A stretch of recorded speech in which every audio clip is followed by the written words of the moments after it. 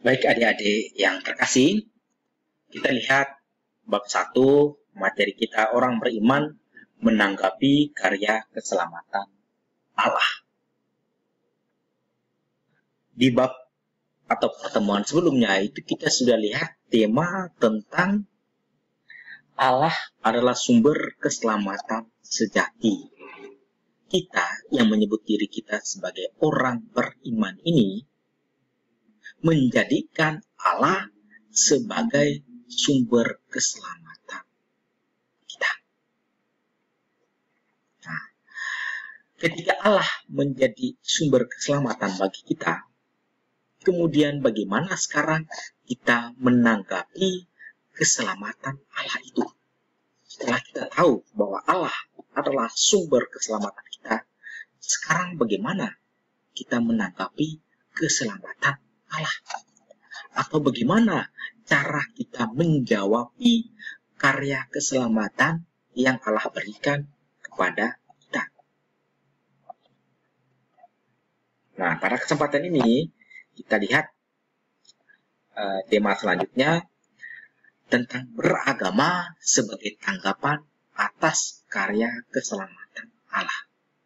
Nah, jadi cara kita menjawab karya keselamatan Allah yang pertama adalah beragama, mempunyai agama. Nah, kita ini adalah orang-orang yang beriman. Nah, di gambar itu saya kasih gambar ada bulat-bulat dengan mata, mulut. Nah, itu adalah kita orang beriman. Lalu kita menanggapi karya keselamatan Allah dengan cara masuk sebagai bagian dari agama tertentu. Ketika kita Katolik, maka agama kita adalah Katolik. Kita di Indonesia, saudara-saudari, ada 6 agama yang diakui secara resmi di negara kita. Dan kita Katolik adalah salah satunya.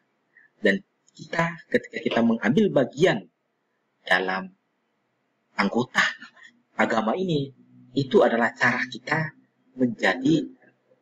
menjawabi karya keselamatan dari Allah. Beragama atau punya agama itu adalah tanda orang beriman. Tanda bahwa kita beriman adalah kita punya agama.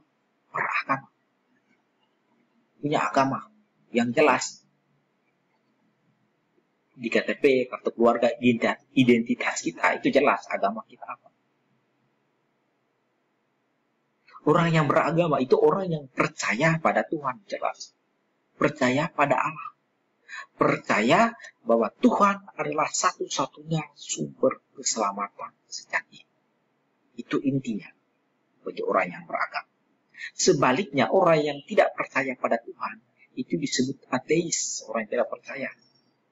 Maka jelas mereka tidak bisa mempunyai agama, mereka tidak beragama. Kita yang beragama, kita yang percaya pada Tuhan. Karena kita tahu Allah itu adalah sumber keselamatan sejati dan Allah menyelamatkan kita. Maka cara kita sekarang adalah bagaimana menanggapi keselamatan itu dengan cara kita menganut salah satu agama.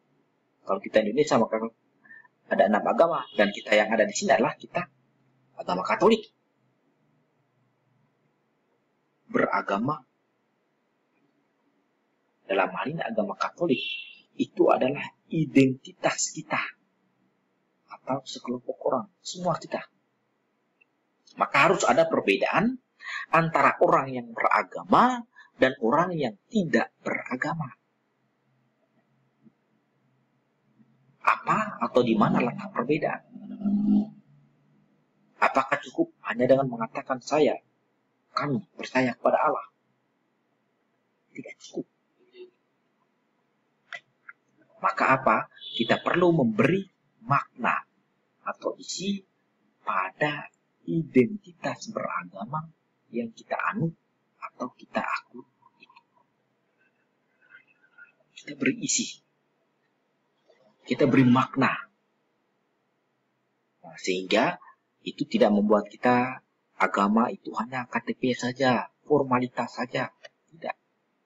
Karena kita memberi isi. Kita memberi makna. Bagaimana kita memberi isi atau makna? Nah, kita belajar dari inspirasi kitab suci ini. Di Injil Matius bab 5 ayat 17 sampai 48. Silakan nanti baca teksnya secara keseluruhan. Di situ kisah tentang Yesus dan hukum Taurat. Yesus sama sekali tidak meniadakan hukum Taurat. Hukum Taurat, perintah Allah dalam kitab suci Perjanjian Lama, perintah Allah dalam kitab suci orang Yahudi. Tetapi Yesus tidak meniadakan, tetapi Yesus apa? Menggenapi, melengkapi hukum Taurat itu. Yesus katakan, siapa yang meniadakan hukum Taurat akan duduk di tempat terendah dalam kerajaan surga. Namun bagi siapa yang melakukan dan mengajarkan segala perintah hukum Taurat, maka akan duduk di tempat tinggi di dalam kerajaan surga.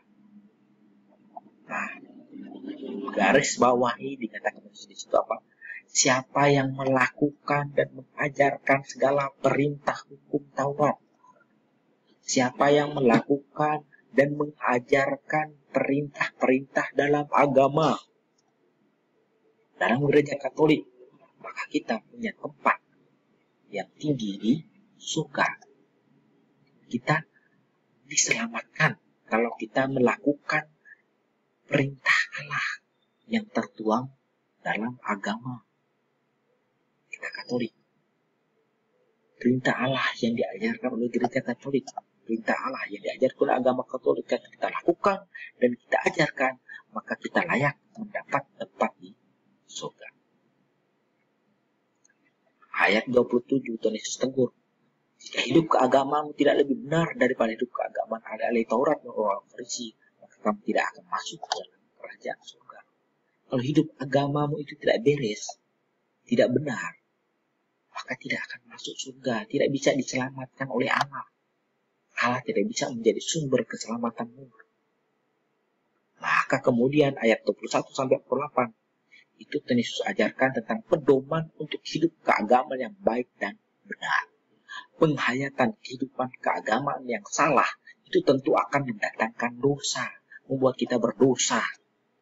Kalau kita berdosa, maka kita tidak bisa mendapatkan keselamatan dari Allah. Kita ingat materi kelas 8 tentang sakramen tobat. Itu ada 7 dosa pokok. Atau dosa yang melahirkan dosa-dosa yang lain. Maka disebut 7 dosa pokok. Dalam teks kitab suci itu katakan, kamu telah mendengar firman, jangan membunuh. Tetapi aku berkata kepadamu, barang siapa yang marah, harus dihukum. Dosa pokok yang pertama, yang kedua, itu adalah kemarahan. Yang pertama itu adalah kesombongan. Dan Yesus katakan, akar dari kemarahan atau kemarahan itu mengakibatkan orang bisa bermusuhan, orang bisa membunuh. Dosa membunuh itu lahir karena marah. Maka kemarahan itu adalah dosa pokok. Kemarahan itu bisa mengakibatkan dosa-dosa yang lain, maka disebut dosa pokok.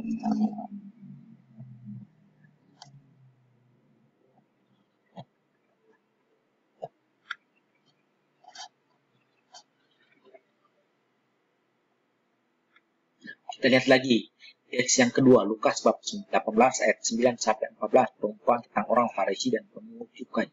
Sikap orang Farisi dan pemungut cukai yang ditampilkan dalam teks ini itu sangat bertolak belakangan, sangat berbeda. Orang Farisi merasa diri lebih suci, lebih kudus, atau merasa lebih patuh melaksanakan perintah-perintah agamanya.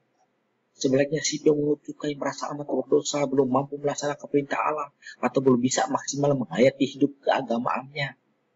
Yesus mengkritik orang Farisi, pemuka agama dan ahli Taurat yang sering kali merasa hidup keagamaannya itu lebih baik dibandingkan dengan orang lain. Mereka menyombongkan diri sendiri dan menganggap rendah orang lain dalam hal penghayatan hidup keagamaan. Itu yang dikritik, dikecam oleh Tuhan Yesus. Sebaliknya Yesus memuji pemungut cukai karena ia bersikap rendah hati di hadapan Allah. Dia tahu diri, dia sadar. Karena dia tidak tahu diri, karena dia tahu diri, dia sadar di hadapan Allah. Maka kemudian apa? Dipuji oleh Tuhan Yesus. Dia rendah hati. Dia tidak menjelekkan sesamanya. Orang Farisi menjelekkan orang lain. Dia tidak. Dia fokus pada diri sendiri. Menunjukkan fokus pada diri sendiri, melihat diri sendiri, dan berusaha untuk berubah ke poinnya. Maka saudara-saudari, praktik hidup keagamaan yang benar itu hendak didasari oleh dorongan atau usaha untuk membangun hubungan yang erat dan mendalam dengan Allah dan juga dengan sesama. Jadi usaha untuk hidup baik dengan Allah, akrab dengan Allah dalam doa dan ibadah, tapi juga baik dengan sesama, dengan teman, dengan sahabat. Agama menjadi sarana atau pedoman bagi kita, bagi manusia, menuju kekudusan, menuju persatuan dengan Allah sebagai sumber keselamatan sejati. Agama itu menjadi sarana, pedoman, supaya kita bisa bersatu dengan Tuhan, supaya kita diselamatkan oleh Tuhan. Agama bisa menjadi sarana kalau kita sungguh-sungguh tahu dan melaksanakan apa yang diajarkan atau diperintahkan oleh agama kita Katolik. Sehingga beragama itu tidak bisa formalitas, asal-asalan hanya ada di KTP, tidak bisa. Ketika kita menjadi Katolik, maka kita harus hidup menurut ajaran gereja Katolik. Apa yang gereja Katolik ajarkan kepada kita, kalau kita laksanakan, kita patuhi, maka kita sedang berusaha untuk berjalan menuju kekudusan, untuk bersatu dengan Allah sebagai sumber keselamatan kita. Nah, itu cara kita memaknai identitas beragama kita dengan nilai-nilai hidup yang baik di hadapan Allah maupun juga di hadapan